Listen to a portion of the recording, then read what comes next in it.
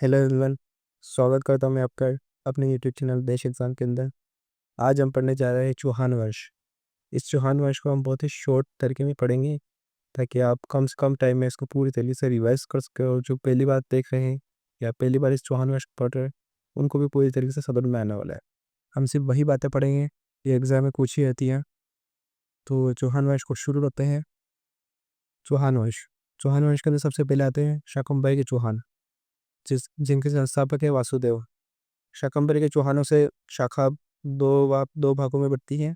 एक में अजमेर के चौहान, दूसरे नाडोल के चौहान। अजमेर के चौहान के संस्थापक है अजयराज जी और नाडोल के चौहान के संस्थापक है लक्ष्मण।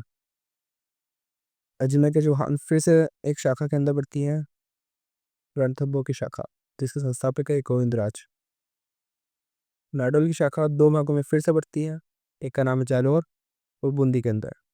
जालौर के संस्थापक कीर्तिपाल, बूंदी के संस्थापक देवा। जालौर फिर से बढ़ता है सिरोही के अंदर, सिरोही के संस्थापक लुम्बा और कोटा के संस्थापक माधव सिंह। इनमें सबसे इम्पोर्टेंट है अजमेर के चौहान, रणथंभौर के चौहान, जालौर के चौहान और सिरोही के चौहान। बस ये हमको चार ही पढ़ने हैं, इनके अलावा एग्जाम में नहीं पूछा जाता। तो शुरू करते हैं। सबसे पहले उत्पत्ति। उत्पत्ति में विविध मत है। सबसे पहले अग्निकुंड से किसने माना है? तो अग्निकुंड से माना है पृथ्वीराज रासो ने, मोहनोत नैन्सी ने और सूर्यमल मिश्र ने। इन तीनों ने माना है कि चौहानों की उत्पत्ति जो हुई थी वो अग्निकुंड से हुई थी। इसमें सबसे इंपॉर्टेंट है पृथ्वीराज रासो। सूर्यवंशी किसने माना है? सूर्यवंशी चार लोगों ने माना है, पृथ्वीराज विजय, हम्मीर महाकाव्य, हम्मीर रासो और जीएच ओझा जी ने। इसके बाद इंद्रवंश किसने माना है? इंद्रवंशी माना है रायपाल का सेवाड़ी अभिलेख के अंदर। चौहानों को इंद्रवंशी कहा गया है। ये आपको याद करनी, एक दो क्वेश्चन ही कभी एग्जाम में पूछा गया है, बाकी ज़्यादा बार इससे क्वेश्चन नहीं आया है। इसके बाद आता है चंद्रवंशी। चंद्रवंशी किस्म कहाँ है? हास्य के शिलालेख के अंदर कहाँ है और आबू के अचलेश्वर शिलालेख के अंदर कहाँ है। इसके बाद चौहानों को ब्राह्मण वंशी किसने कहा है? कायम खान रासो। ब्राह्मण वंशी में सबसे इंपॉर्टेंट कायम खान रासो ही है। और दो है दशरथ शर्मा ने, गोपीनाथ शर्मा।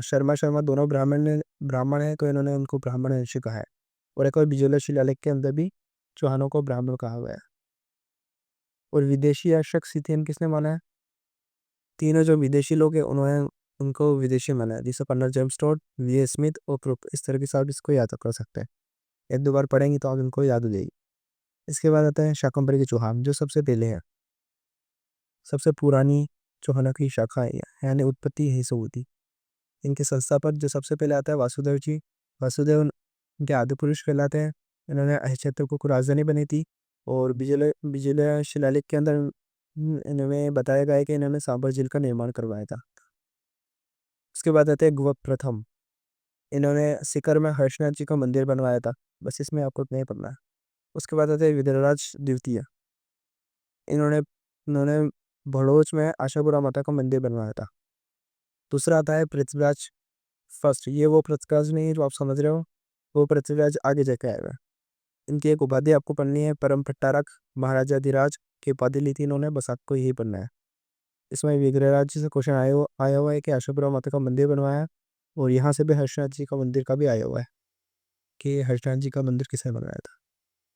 इसके बाद आता है अजमेर में चौहान। इसमें सबसे पहले है अजयराज चौहान। उनको अजमेर शाखा के संस्थापक माना गया है। इन्होंने सिक्के चलाए थे अजय देव नाम से, अजय प्रिय ब्रह्मस नाम से, ये ब्रह्मस है। और रानी सोमलवती के नाम के सिक्के चलाए थे। ठीक है। इन्होंने अजय मेरु दुर्ग, यानी जिसको हम तारागढ़ के नाम से जानते हैं या कड़ी बिटली कहते हैं, उनका निर्माण करवाया था। इसमें आपको यही तीन चीजें पढ़नी है। इसके बाद आते हैं अर्णोराज। इन्होंने आना सागर झील बनवाई थी। कौन सी नदी को रोक कर बनवाई थी? चंद्रा नदी को रोक कर बनवाई थी। इन्होंने पुष्कर में 12 मंदिर और वराह मंदिर बनवाया था। वराह मंदिर का क्वेश्चन एग्जाम में आया हुआ है। और इनके दरबारी थे देवघोष और धर्मघोष।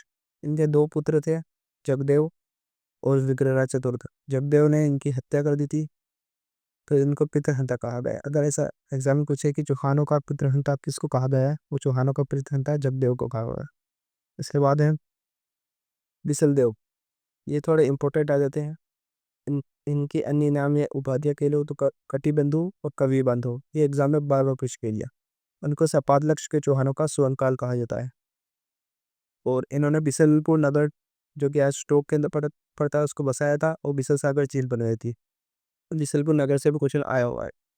इन्होंने एक संस्कृत पाठशाला बनवाई थी, सॉरी, जिसको कुतुबुद्दीन ऐबक ने तोड़ करके 28 दिन में झोपड़ा बना दिया था, जो आज भी अजमेर के अंदर मौजूद है।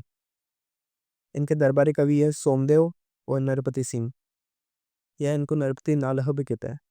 सोमदेव की एक रचना है ललित विग्रहराज, और नरपति सिंह ने एक रचना की थी बिसलदेव रासो। ये दोनों एग्जाम में बार बार पूछी गई है, तो आपको इनको याद करना है। बिसलदेव ने एक नाटक लिखा था, हरे किले नाटक, जिसमें शिव अर्जुन का संवाद का उल्लेख मिलता है। इसके बाद आता है पृथ्वीराज चौहान, जो सबसे फेमस है। इनके पिताजी का नाम है सोमेश्वर।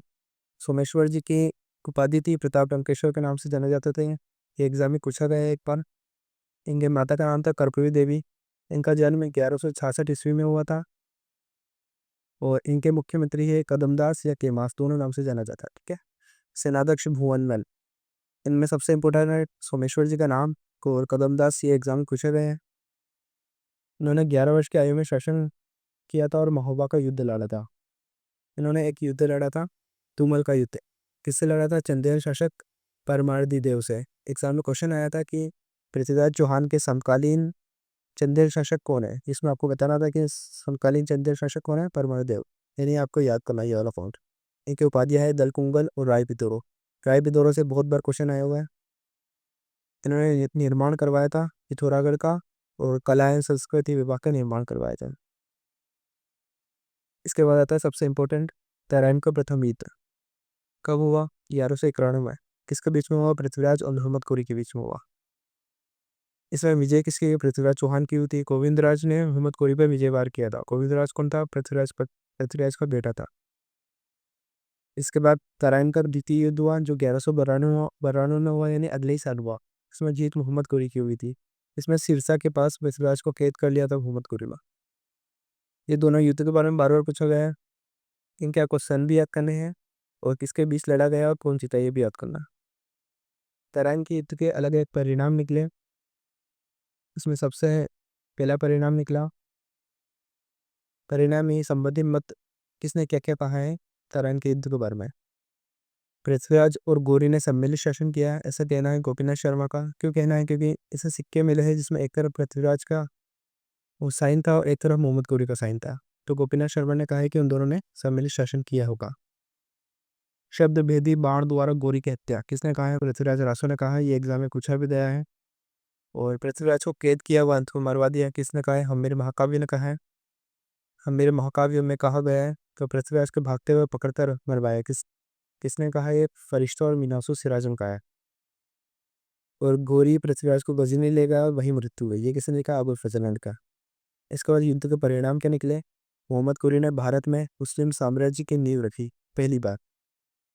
पृथ्वीराज को अंतिम हिंदू सम्राट कहा गया है। ये एग्जाम में क्वेश्चन आए हुए हैं।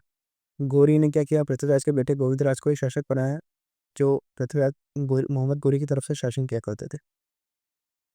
अब पृथ्वीराज के दरबारी विद्वान कौन कौन थे? सबसे इम्पोर्टेंट नाम था चंद्रबदाई, जिन्होंने पृथ्वीराज रासो लिखी, जो कि एक ब्रज भाषा के अंदर लिखी हुई है।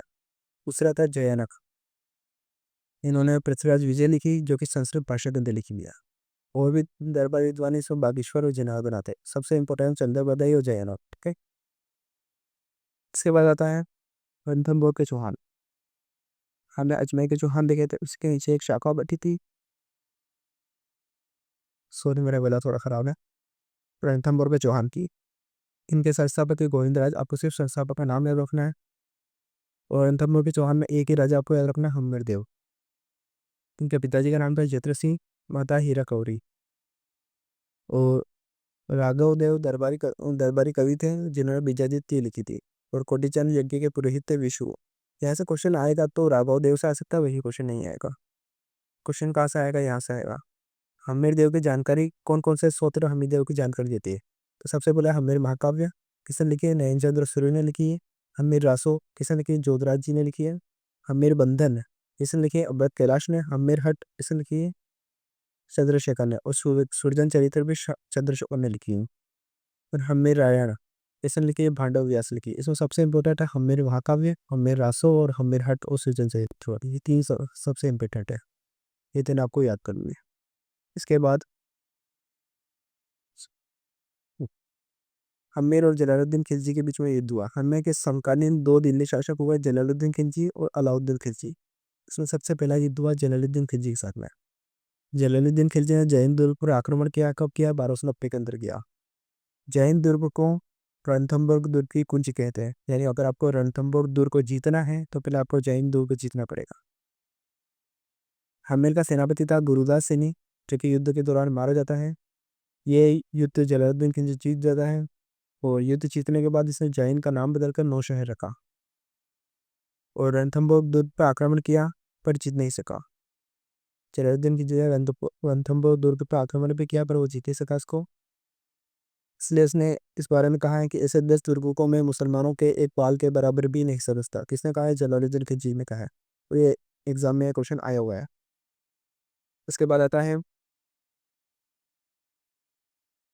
हम्मीर देव और अलाउद्दीन खिलजी के बीच जो भी युद्ध हुआ था, युद्ध का कारण क्या था? विस्तार नीति। और अलाउद्दीन खिलजी चूंकि एक विस्तार नीति अपनाता था, अपने साम्राज्य को बढ़ाना चाहता था, इस कारण भी उसने अटैक किया था। और रणथंभौर दुर्ग पर व्यापारिक मार्ग में स्थित आता था, यानी जो भी व्यापार करने के लिए जाया जाता था तो रणथंभौर दुर्ग को गुजर के जाने पड़ता था। तो जो भी शासक होता था रणथंभौर दुर्ग का, वो टैक्स वगैरह लिया करता था। इस वजह से भी अलाउद्दीन खिलजी ने यहाँ पे अटैक किया था। अलाउद्दीन खिलजी के भगोड़े सेनापति थे मोहम्मद शाह, खैबरू, बर्क, इल्चिक। ये तो इन दोनों ने, इन तीन चारों ने अलाउद्दीन खिलजी से गद्दारी करी थी और ये भाग करके हम्मीर देव को पास आ गए थे और हम्मीर देव ने इनको शरण दी थी। ये तीन ही कारण बने युद्ध करने के। इसमें सबसे एक क्वेश्चन आया हुआ है मोहम्मद शाह से लेकर कि भगोड़े सेनापति कौन को देते? मोहम्मद शाह का नाम आया हुआ है। रणथंभौर दुर्ग पर पहला आक्रमण कब हुआ? 1299 में। इसमें सेनापति कौन था? हम्मीर के सेनापति थे भीम सिंह, जिनकी मृत्यु हो गई थी, और धनु सिंह। अलाउद्दीन के खिलजी के सेनापति कौन थे? उनको खां, अलप खां और नुसरत खां। हम्म इसके बाद रणथंभौर को दूसरा आक्रमण करता है अलाउद्दीन खिलजी 1301 के अंदर।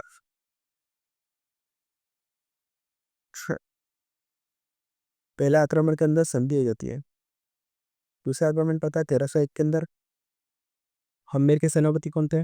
रणमल, रतिपाल, मोहम्मद शाह। चूंकि मोहम्मद शाह अलाउद्दीन खिलजी का सेनापति था, जिसके पास भाग के आ जाता है, लेकिन मोहम्मद शाह कहता है कि मैं आपकी तरफ से लड़ूंगा। तो मोहम्मद शाह, घरब्रुक, वेचर और केपुर। इसमें ये इंपॉर्टेंट। अलाउद्दीन खिलजी का सेनापति कौन था? नुसरत खां, जो कि मर जाता है। हम्मीर से गद्दारी किसने की? रणमल और रतिपाल और सुजा शाह ने हम्मीर से गद्दारी की थी। इन्होंने दुर्ग के दरवाजे खोल दिए थे। अलाउद्दीन खिलजी का अधिकार कब हो गया था? इससे एक पता है।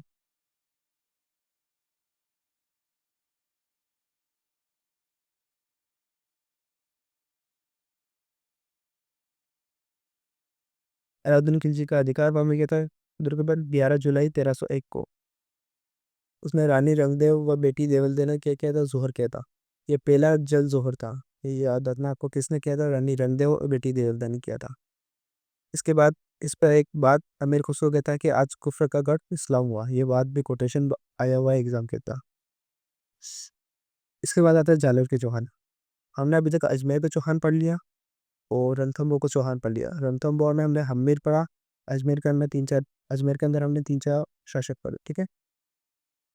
उसके बाद आता है जालोर के चौहान, जो कि नाडोल की एक शाखा पढ़ी थी, जालोर के चौहान। तो जालोर के चौहान का संस्थापक था कीर्तिपाल। इसमें एक ही राजा में पढ़ना है, कान्वदेव बस। जालोर का सबसे शक्तिशाली शासक माना जाता था, लेकिन इसकी बदकिस्मती ये थी कि ये अलाउद्दीन खिलजी के टाइम पे हुआ। अलाउद्दीन खिलजी ने इस पर भी आक्रमण किया, जालोर के ऊपर भी। तो संघर्ष की जानकारी कौन कौन से ग्रंथ देते हैं? कानरदेव प्रबंध, वीरमदेव सोनग्रा रिवात, तारीख फरिश्ता, अमीर खुसरो व बर्नी के रचनाएं आदि। इसमें सबसे इंपॉर्टेंट कानरदेव प्रबंध, बार बार एग्जाम में पूछा गया है। इसमें पहला आक्रमण होता है। सेनापति कौन था? एनुल मुल्क मुल्तानी। कानरदेव और मुल्तानी के बीच में क्या हुई थी? संधि हुए थे कि आप हमें टैक्स वगैरह देंगे, हम आपकी तरफ से राज करेंगे। लेकिन होता क्या है, कानरदेव उस संधि को तोड़ देता है। तो दूसरा आक्रमण करता है अलाउद्दीन खिलजी 1306 के अंदर। इसमें सेनापति कौन था? कमालुद्दीन गुर्ग। इसको भेड़िया के नाम से जाना था। ये इंपॉर्टेंट है, एग्जाम में पूछा गया है। पहले सिवाना पर आक्रमण किया।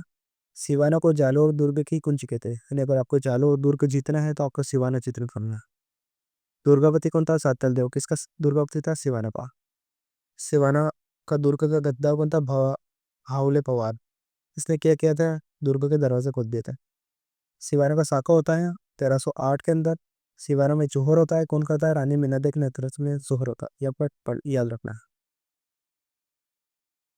अलाउद्दीन ने ये जीत करके किसको सौंपा? कमालुद्दीन तुर्की, यानी अपना जो सेनापति था उसी को दे दिया था अपना दुर्ग। कमालुद्दीन गुर्ग ने इसका नाम रखा खैराबाद। जालोर पर आक्रमण, अब सिवाना पर कर लिया। अब अगला आक्रमण किसको? जालोर पर कब हुआ? 1311 में। जालोर दुर्ग का गद्दार पर निकलता है बीका दहिया। इसमें जोहर करते हैं जैतलदार के नेतृत्व में जोहर होता है। इसका नाम बदल कर रखता है जलालाबाद।